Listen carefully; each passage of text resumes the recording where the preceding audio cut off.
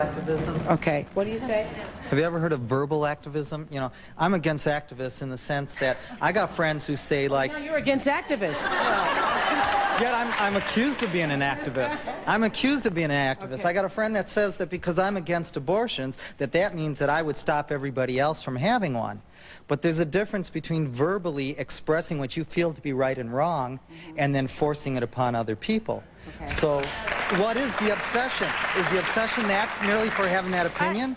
Am I obsessed merely because I know and I'm dogmatic about the opinions I have? I may verbally force... We're talking about when that obsession affects another person in an interpersonal relationship. That's what we're talking about. That's exactly right. And, you know, the point is that if you can... It depends on how it affects the relationship. Yes, if you are talking about it continuously and you're always going to meetings and you have no time for the intimate relationship, it's going to suffer, whether it be golf or whether it be football or whether it be animal rights or whether it be whatever.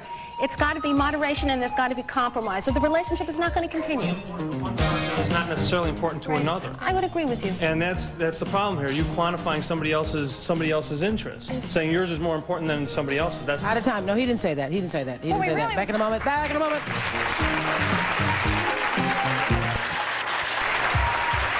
So we agree. We agree that it's nobody's right to say what's important to you, right? Okay, that's what we agree on. You wanted to say... And Jesus said, "It is the Sabbath, and yet my Father in heaven keeps working." Yes, God is a creator whose works are ever in progress, even if only in the constant cycles of reproduction, of rejuvenation, of organic decay, and planetary orbital laws. But he is a God of purpose, and what man thinks is progress is destroying the earth. Yes, Earth is under construction, and so God has established a construction plan. And as all construction projects, you must stand in the zones of safety or you'll die. The asteroid is coming. It has a purpose. Striking the deep ocean, it will restore a water canopy for 1,000 years by sending water up 52 miles high. This will protect organic life from carbon-14 poisoning to longevity, and it will also compress the atmosphere downward to a lower altitude with the intent of higher growth speed. He is restoring that canopy that came down in 40 days of 2370 BC. Whether it was he who brought it down, or whether the showy display of angelic powers for 970 years. Scientists and churches are both schools who react and reject hearing truth. Both have many truths they staunchly hold to and pound into the world, whether by preaching with the collected tax-free cash charities hoarded for their goals, or whether by schools supported by the taxed public, forced to supply the cash to teach all children, even if textbooks include manipulative, endorsed, destructive lies. Thus, this presentation doesn't just expect opposition and hatred, found these days against every word, but also knows it will rise up. Satan is behind it, pushing opposition with his spirit. Very soon, Obama will announce an asteroid impact. He has no choice. God will not let him hide that day and hour without repercussions against him. But the odds are he will declare martial law with the whole world and its United Nations. What they will do by expecting all to stay home inside, as Pharaoh expected when the Red Sea comet came to earth, is kill 8 billion people. This is the same as the angels from God who told humans not to listen nor believe the ridiculous claims of Noah. Their knowledge of God was greater than Noah's. This is why we need Christ to return to free us from government control when this asteroid is proven as a date of astral impact to Earth. We need someone like Moses with the truth and Word of God in how to survive it. Who can survive? Well, the scripture says that God wants no one to die, but that all should repent, which means turn around, and so stay alive. Yes, live. So what others call destruction is God's construction project. He is building the temple the size of the whole earth and filling it with 28 billion people who have already been born. Thus we can be assured that the pre-flood world had enough trees that all men could have survived it Noah's way by building arks, also just like him. So too then today those who die do so due to their own fault, their own blame, even if it is as simple as in mere negligence or ignorance to not care. This following presentation and exercise is with intent to show you that God does not hide the truth, and never has, not even for people who wish to claim that he holds back knowledge from people until he chooses it to be known. So many like to say that if Satan unveils the truth before God does, that then God opposes that truth and doesn't want it known yet. This is their excuse for being deliberately in ignorance, so that they do not have to be burdened by learning, nor by demands of expectations or requirements to be right with God. They rather have a priest clean our water with a prayer than to use the chlorine or fluoride that God provides. Though too much chlorine bleach will kill a person drinking the water, God has for days and years and millennia proven that the prayer isn't going to kill bad bacteria. Yet people still bless the water, just like cultures imagine that when cooking with the methane of a dung cake, that the E. coli is killed by packing the dung in the shape of an idol god. We can thank Ur's king, Shulgi, for that, giving Abram one of many good reasons to leave Ur and call him King Dungi with his dungy idols. So now let us present to you the true human history of mankind. Adam, created 6,000 years ago, was preceded by a universe millions of years old. Time is motion, so to say Earth is millions of years old is to say it orbited and circled 1,000,000 times. Perhaps it did this, circled 1,000,000 times in only its first 200,000 years. The expression that all things are relative does not mean all things are shrugged shoulder of unimportance or opinion. It means all things have relation to other things. This relation is what time is. There is no space-time continuum. It is a matter-time continuum, an energy-time continuum. Empty space has no time. There are no perfect parallel worlds where we exist sinning differently or living perfectly at this same hour. Reality is our nature. It is our Genesis. Genesis. In the beginning, God created the heavens and the earth. And there was a 24-hour night upon the ocean. But God said, "Let there be light." And the cloud encircling the earth began to thin, so that the light came to be upon the ocean. And there was day, and there was night. But hey, wait a minute, stop. Scientists say that there has never been any global ocean. Well, that's where Moses chooses to start. But they're correct. They are correct. That the earth had a pre-formation stage before the ocean developed. They say this because Moses chooses to start with that ocean. But they start with all the times before that ocean developed.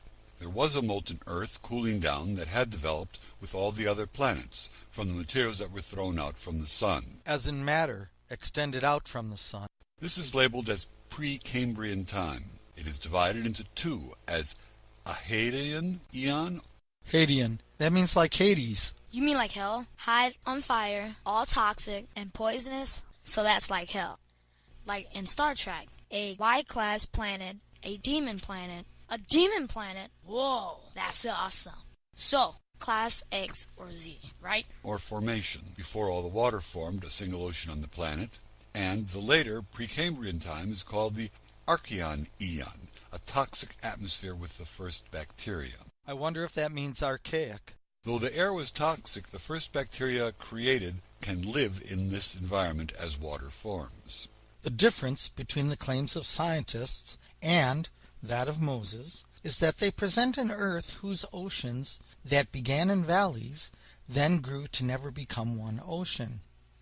They choose this because it defeats the claim of the Bible, where this whole ocean came back again during Noah.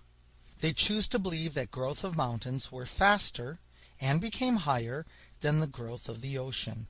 Yet the layer of earth verify that global ocean after global ocean and alternating sea upon vegetative land, upon sea, verifies the land has gone up and down and up and down, inundating whole continents time after time. What causes this is asteroid impacts. The impact fractures not only the crust, but fractures and melts the mantle under it, under the seafloor, and under the continents. The continents thus become built up with materials created by water, and rock and vegetation and sands, and in layers that become less weight than compressed fluid water of the oceans. In this way, the crust of all continents get thicker without sinking, but instead actually float higher on the Earth's mantle. Any child will ask its father that if one rock sinks into the sea to the bottom, then why doesn't the whole continent of rock sink so that water stays above all land? But scientists are like religion. They make many contradictions, like saying if a sheet of ice cap is thick enough and high enough, even a mile high, that it can then push upward against Earth's gravity from sea level, floating on the water, uphill 500 feet for 1,000 miles inland. They fail to note that the thicker the ice, the deeper it will sink into the Arctic Ocean, to the floor, and still not push upward over Canada. The deception is accomplished by using the word down over Canada, but none of us seeing Arctic rivers flowing down Canada to flood America, do we? Just as the Nile River flows downhill north, not south. So as the earth cooled, water was created upon it. As the swaddling band around a baby, the cloud of water around the earth condensed and formed a massive single ocean. As it condensed, the ocean got deeper. This put weight on the crustal plates, cracking them. Asteroids would continue to impact the earth, causing tectonics to lift sheets of ocean floor land to rise above the water and sink again. In doing so, materials were being created that would cause the land to be made of materials different and lighter than the ocean floor, with its massive weight of compressed water. So now, let's start over. Genesis. In the beginning, God created the heavens and the earth. And there was a 24-hour night upon the ocean. But God said, "Let there be light." And the cloud encircling the earth began to thin, so that light then came to be upon the ocean. And so there was once only night, but now there was also day.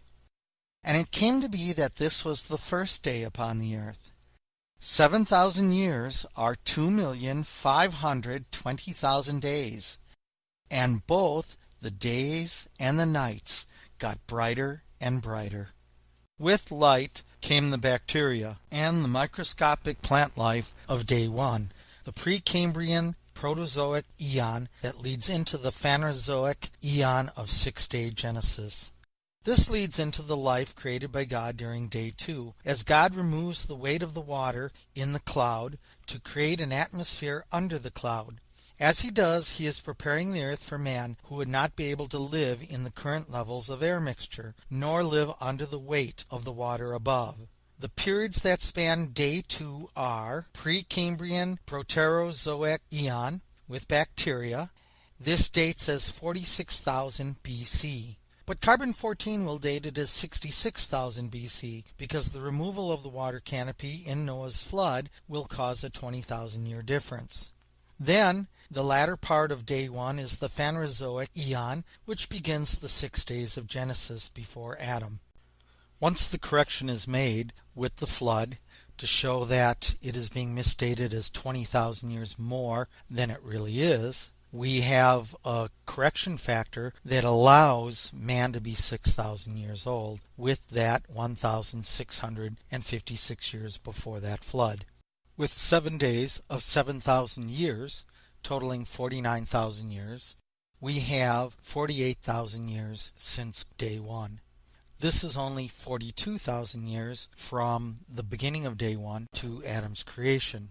Carbon-14 agrees with this, because carbon-14 has a maximum of 70,000 years, but an average trustworthy 50,000 years. The only difference is that when corrected 20,000 years for the flood, the 50,000 years of plant life becomes only 30,000 years, and the maximum extension of 20,000 years more, what was formerly 70,000, is only 50,000. Thus we have 30,000 years in which plant life was on the continents, and 20,000 years before that, which plant life was in the oceans.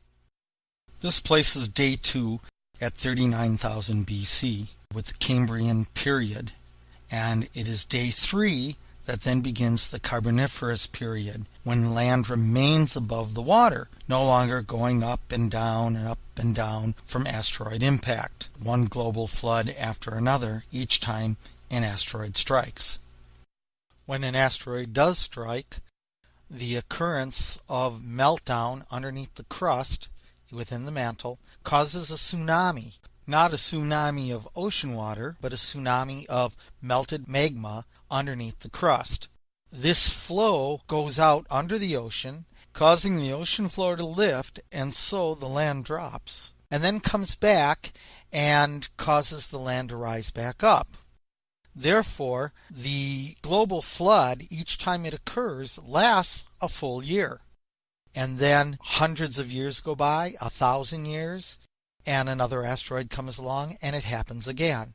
And this is why you have layer after layer of floods and fossils that Noah himself could see before his flood came along.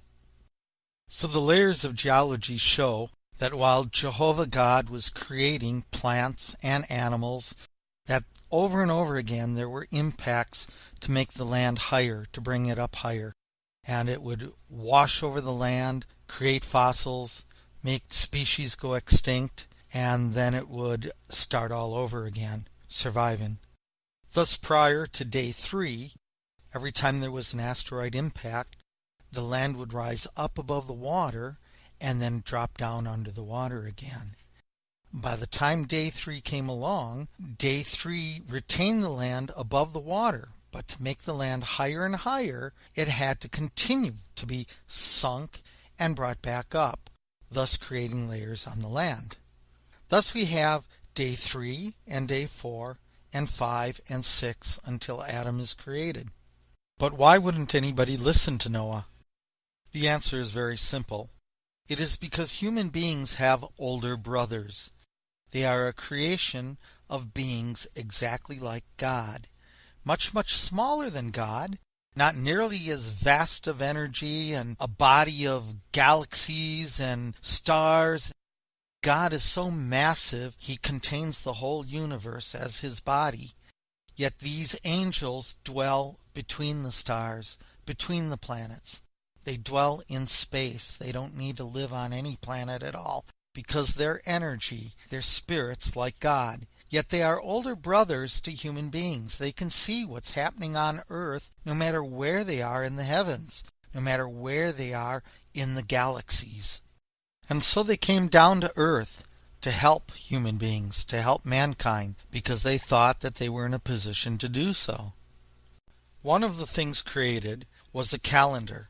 The calendar decade is 10 years of 360 days. And the calendar is called a sar, or shar. The name of this decade is called a sar or a shar. Some nations pronounce the S with a soft sound like sar, and others pronounce it as sh, shar. This word is said to mean 3,600 days. Now that's evolved into the word that means king or king of kings, as in Tsar, Shar, Sar, Caesar. The calendar guides us so that it is a leader or a ruler. Leader and ruler are English words that both mean king. This can be found in many names. Sarah, they say, means princess. That's because her name is Sarah, or Shara. So it's a derivative of the same word. The fact that today the word is used for kings around the world verifies it originated as the name of this calendar decade created by pre-flood kings. The word is still used to this day in Arabia as the Shah, and in Persia, ancient Elam, the highest of Shahs is called the Shah-an-Shah. A village in North Iran is called Sar-an-Sar, and in the ancient king list we have the king Sargon and Shar-Kali-Shar, king of 4 kings. The Kali being 1 quarter in Arabia and a quarter of the calendar in India, where the Krita Yuga or Kwarta Yuga is 4 Yuga or 4 of Kali Yuga. How this is derived from calendars back to Noah and then Adam is explained further later on in this presentation. But here we have the Shar created before the flood. As a calendar, it becomes the name of kings. but it derived from the fact that this was a calendar, and the calendar's New Year's Day was called the leader. So by taking the lead or being the leader, the first day of the year, the first day of the decade, you were being a shar. And so the first shars were angels. They were the older brothers, they were the elders, they were the ones who ruled mankind. This is an indication that it is these kings or these angels who had created this calendar. Another example is the word ruler. A ruler is something you measure with. You can measure distance, you can measure time. The calendar measures time, and so it's a ruler. The calendar rules. An example of this would be Josephus. Josephus doesn't say Adam lived 930 years. He says he ruled 930 years. He doesn't say Methuselah lived 969 years. He says Methuselah ruled 969 years. Presumably then, the first king to rule mankind is the one who created the calendar. This was Alulim. Alulim began to rule, and he ruled for 8 sars. That's 80 years. Then he gave his throne over to Alamar or Alagar. He ruled 10 sars, which is 100 years. He gave the throne to Enmenluana, who ruled for 12 sars, or 120 years. Thus these kings passed the throne on the new year of the Sar, and it's an additional reason why they were called Sars, or kings. Kachuna was the 4th king. He ruled from the city of Larsa before the flood. This is before Noah's children had rebuilt Larsa after the flood. And he ruled 12 sars, 120 years. After him, the 5th was Enmen-Galana, 8 sars. Dumuzi ruled 10 sars, 100 years. He was called the shepherd. Then ruled Sibziana. He was the 7th king who ruled 8 sars, 80 years. Then Enmendarana, and then Uburatum, and lastly the 10th king was Zinsudu. Zinsudu ruled 180 years, which is 18 sars. And then the flood came. Having come down to earth, these angels took on flesh. They took on human bodies that they had created from the nitrogen air, turning the nitrogen air into carbon, which is therefore bodies of carbon-14. Therefore, they ruled from cities. They lived amongst us in cities just as we do. So the first 2 kings, Alulim and Alamar, they lived in the city of Eridu. And when kingship was given to the 3rd king, Enmenluana lived in the city of Bad-Gaguru. Now Bad-Gaguru means city of bronze makers, so apparently he was the one that taught humans how to make metal, melt it down. Then the 4th king, Kachuna, he was the 1st king of the city of Larsa. After Kachuna, Enmen-Galana took up rule, and he was in Bad-Gaguru again. So the rulership had returned to that city. Dumuzi likewise ruled from Bad-Gaguru. Then Sibziana took up rule in Larik, and after Larik, the city of Sippar, where Enmen-Darana ruled. Then the last 2 kings, Uburatum and Kaisuthros, or Zinsudu, ruled from the city of Sharupik. Sharupik is where Noah was born and raised. Another form of Bad-Gaguru is the name Bad-Tabira. So the city of Bad-Tabira is the same as Bad-Gaguru. When the flood came, the first tsunami came up the Gulf, Persian Gulf, and it came into the city of Sharupik, wiping it out, and it lifted up the ark, and it pushed the ark 520 miles all the way to Mount Ararat. And thus, the ark was floating on the level waters of a tsunami, just like we see in Japan. All the videos of the tsunami, the water just raised up and came flowing in. However, we have a problem with the rest of the world seeing these 10 kings. And the reason the problem exists is because of an ancient record. The ancient record is that of Kaisuthros speaking to the people, claiming that he is Noah. It is a poem that is taken in seance.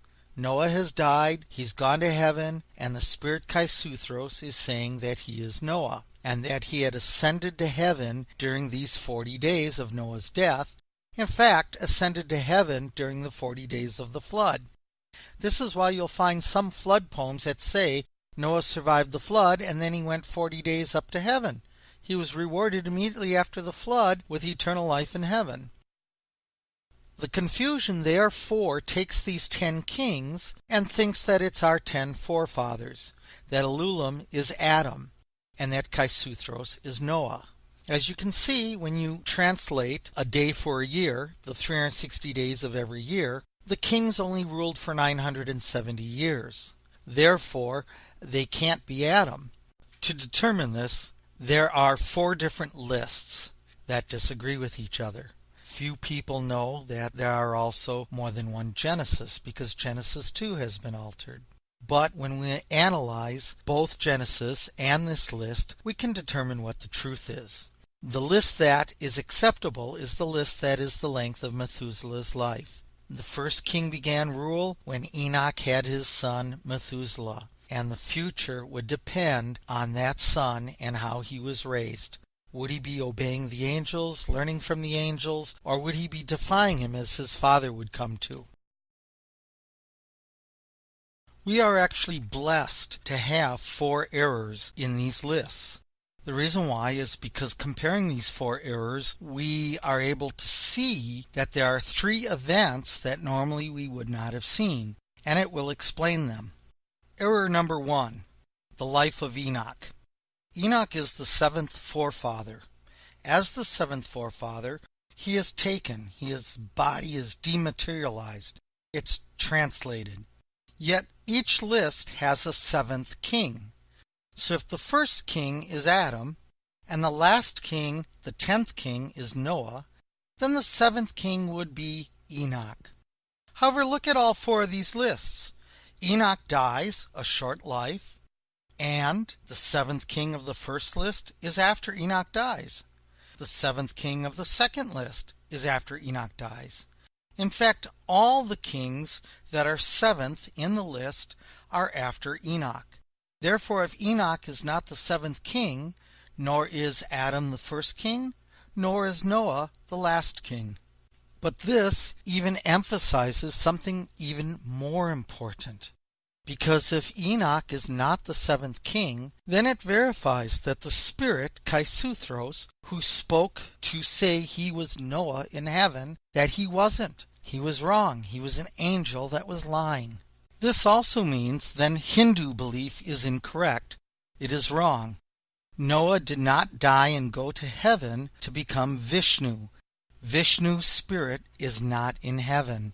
We are actually blessed by Enoch giving up his life to defy angels, because had he not given up his life and defied them, we would not have this proof or evidence right here that proves that the 10 kings are not our 10 forefathers.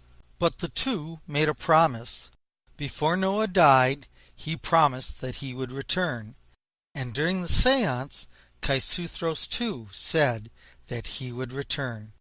And so in our day, we should expect the return of the Savior and the return of the spirit who stood against him. And so the beast that was 1 horn, 1 king, became 2 horns, 2 kings, and 3 and 4, until Revelation says that in the time of the ends, the beast will come forth that has 10 kings.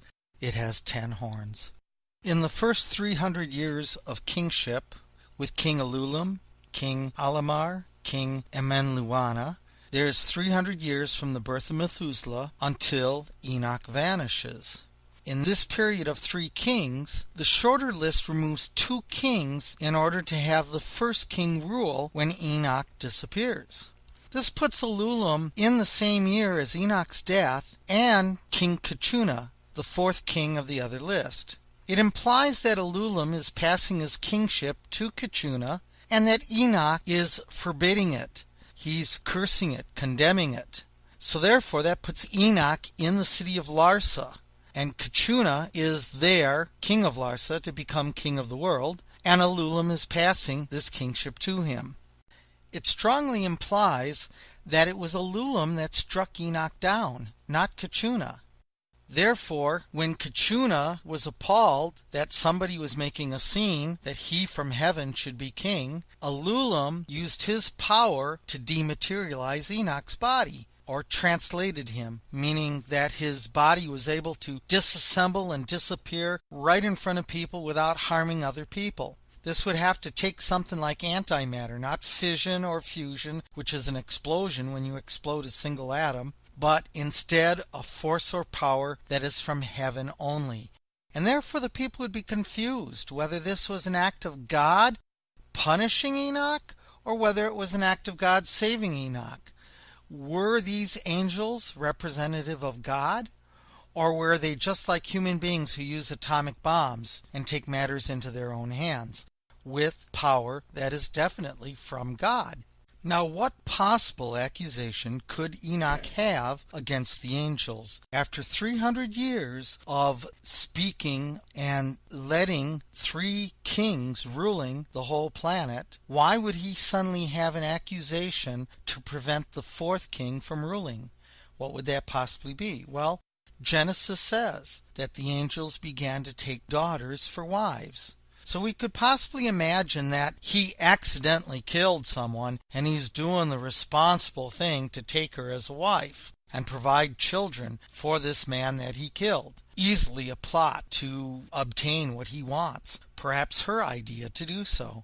The human body is made up mostly of water, which is hydrogen and oxygen. However, without the fluid water, the most common solid mass of the human body is carbon. This carbon is found even in the DNA, whose instructions can harm the results of the human body. In the side rails of the DNA are sugar molecules of 4 or 5 carbons, and the rungs of the DNA contain cytosine paired with guanine or thymine paired with adenine. All 4 have carbon atoms totaling in charted diagrams as 39 carbon atoms to connect these 4 molecules with 4 molecules of sugar. Then there are 15 nitrogen atoms which can turn into carbon-14 atoms. The percentage of these carbon-14 atoms is what ages the human body. It is almost impossible for nitrogen atoms in our cells to turn into carbon-14 because the Earth shields us from cosmic rays in 2 ways. One is the magnetic field, the other is the thickness of atmosphere. The magnetic field pulls cosmic rays to the north and south poles, where most of them strike the Earth there instead of at the equator. And few cosmic rays and gamma rays reach it to the Earth, because our atmosphere is like equal to 12 feet of aluminum. Many theologians presume that with the collapse of the water canopy that these rays decreased longevity by an increased death rate of cells. However, if this were the direct cause, then it would mean 950-year-old Noah would have grandsons that all died at about 70 to 90, instead of our Paxad living 438 years, half of Grandpa Noah. So 12 times more cosmic and gamma rays has more effect on producing our enemy than actually being the direct enemy. That enemy is carbon-14. A body cell whose nitrogen atom turns into carbon-14 is less likely to die so instantly as when that nitrogen atom is in the DNA of a chromosome. There are signs that rapid aging can occur with radiation poisoning, however the body heals from it. The body purges many materials that enter it, but it won't purge it at a faster rate merely because it's radioactive. The problem occurs when the body is constructed with the carbon-14, because then it will retain the substance until purged. This would be the case if a nitrogen inside us turns into carbon-14, which is very rare, because cosmic and gamma rays do not reach us very much, nor very often. However, we are in contact daily with carbon-14 from nitrogen air that has already turned into carbon-14 high above us at 6 miles, or 30,000 feet. This mild radioactive carbon-14 joins oxygen to make mild radioactive carbon dioxide. Thus, when we eat carbon-14 as sugar and fat and protein from plants or animals, we then burn it and breathe it back out. It is only the constructing of our body cells with it that then retains it in a dangerous connection to our body's regeneration. This is proven by the true post-flood chronology. The greatest danger does not occur to the adult like Noah, who eats for 350 years to age 950. Yet it does occur. Shem, who was protected 100 years before the flood, then loses 350 years of life by eating 500 years after the flood. Yet the grandchildren are all immediately cut in half of longevity by what they grow up eating. This means that if angels come down, they are a risk factor to all organic life by the cosmic rays they emit, the gamma rays, and becoming solid flesh, they will hourly and daily and yearly create carbon-14 if their process of being human is by making carbon bodies from nitrogen air instead of from carbon dioxide. Thus it is beyond a mere moral level that Enoch says, "Leave us all, go home, because you are killing us."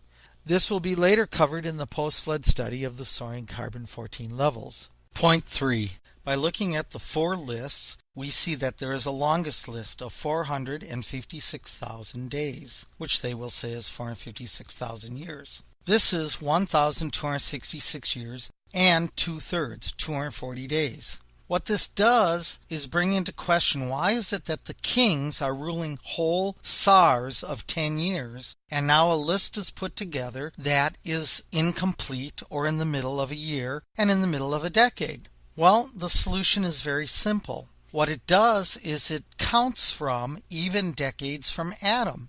This gives the impression that this list was based on the year that the calendar was created, because it's year 390 of Adam. 390 is the 40th decade. It is the 40th SAR. This indicates that the SARs, or decades, were originally created with Adam as the epoch. So that would mean when the angels created the calendar in the year 390, they proclaimed it not as year 1, but as year 390, so that the calendar began with 391 as the first year of the first new decade calendar. This would come to change when the kings began to rule, because when the kings began to rule, then the people would regard the decades of the king. So many decades, 8 decades of Alulam, the next 10 decades, 100 years, so that there became two systems. The new year was always the same to every year, to every decade, but the year chosen for the decade was not the same. The decades of the kings were not the same years as the decades for Adam.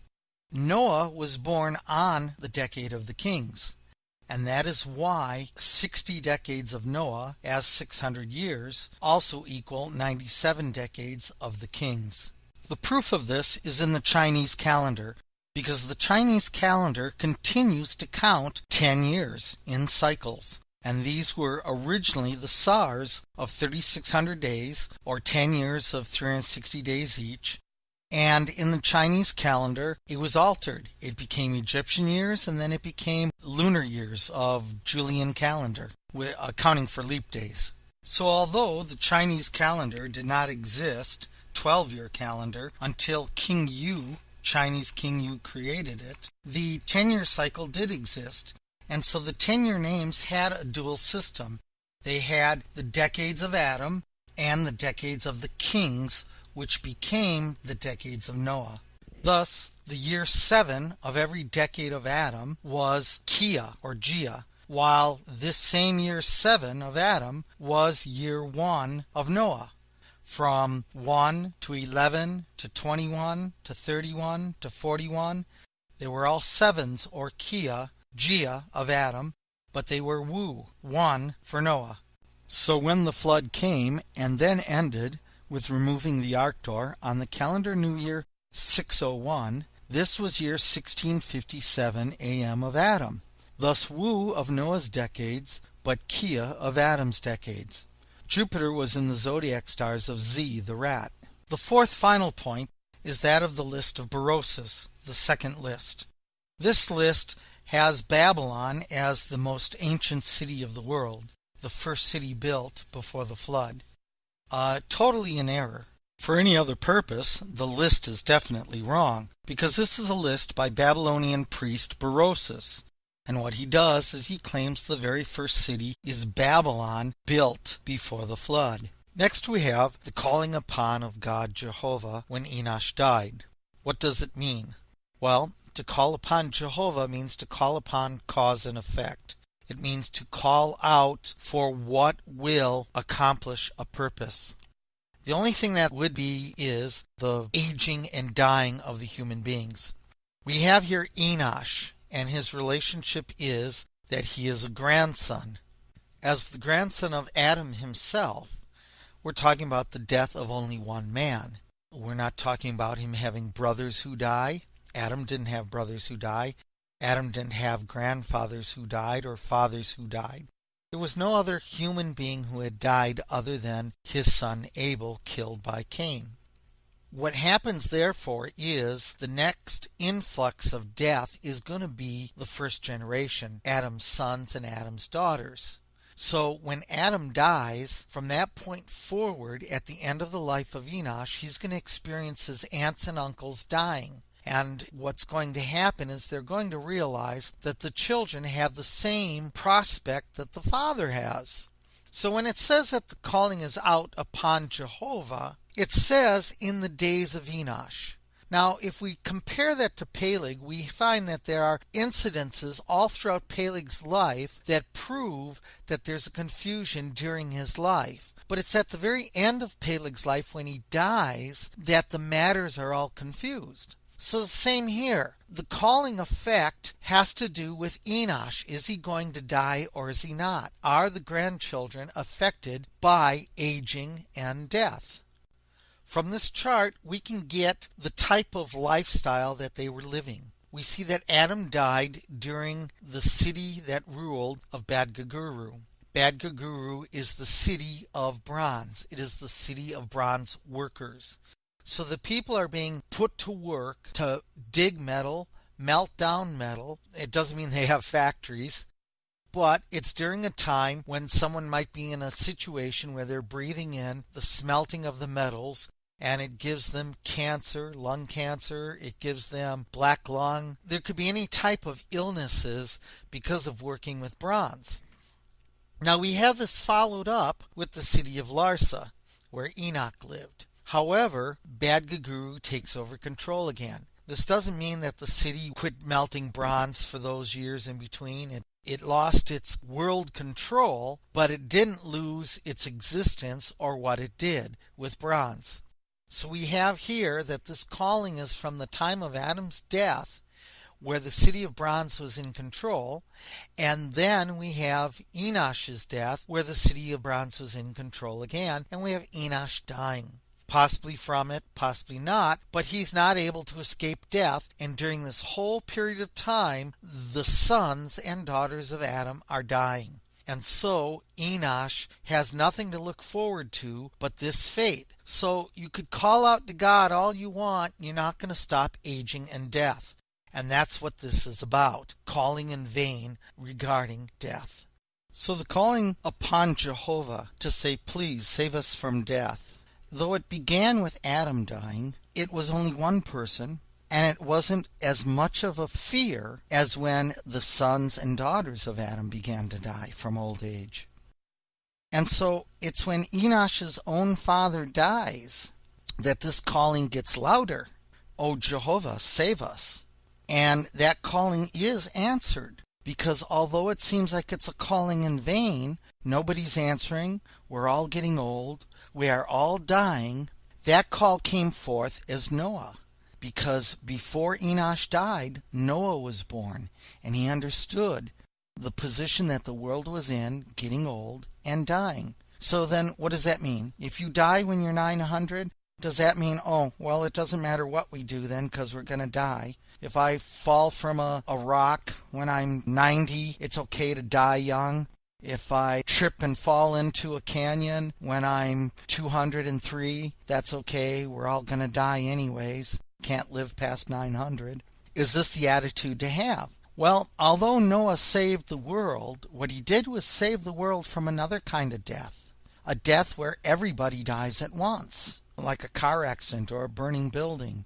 Something where masses of people die, because it's not just about the individual getting old and we're going to die. What can we do? We get old and fall over. or we get diseased because of being old. So Noah brought into attention there is more to be alert about Jehovah and more to know about Jehovah than just wondering if we can ever stop aging. Because if you die from an accident before you get old, you're dead. You won't get old. If you die when you're 25 because you trip and fall, break your neck, then you're not going to see 900 years. You're not going to see 90 years, whether it's a young 90 or whether it's a very old 90. So we have a situation where people dying before 1,000 years puts the world where a son notes years later that his father would have been 1,000 years old. For example, Adam died at 930, and 70 years later, Seth would be able to say, my father would have been 1,000 this year. But then 42 years later, Seth dies at 912. Give that 88 years, and Enosh was able to say, my father would have been 1,000 this year. Sons are dying after their fathers. Then Enosh, 10 years later, dies at 905, and 95 years later, his son Canaan is able to say, my father would have been 1,000 this year. But Canaan dies that year also. He dies the year his father does. Maybe he dies right before the new year, before his father would have been 1,000. So now, 90 years later, Canaan would have been 1,000, but his son isn't able to say that because his son dies before then, at 895. And when Mahalalel dies at 895, his son is able to say, yes, my father would have been 1,000 this year. This is 105 years later. Because at that time, Jared is now the oldest man to have ever lived in this line of forefathers. Jared, being 962, is living 32 years more than Adam. It is then that it is Jared's son who was killed by the angels, dematerialized, as if he's acting against God, against the elders, the angels, the brotherhood. And it is Jared's grandson who is Methuselah and turns out to live longer than anyone we've ever known on record. So the situation is where some people were able to honor the 1,000th year of their father, their grandfather, their great-grandfather. Each of these were able to say that their ancestor or forefather would have been 1,000 this year. The reason why this is of import is because notice that the angels never reach 1,000 years of ruling as kings.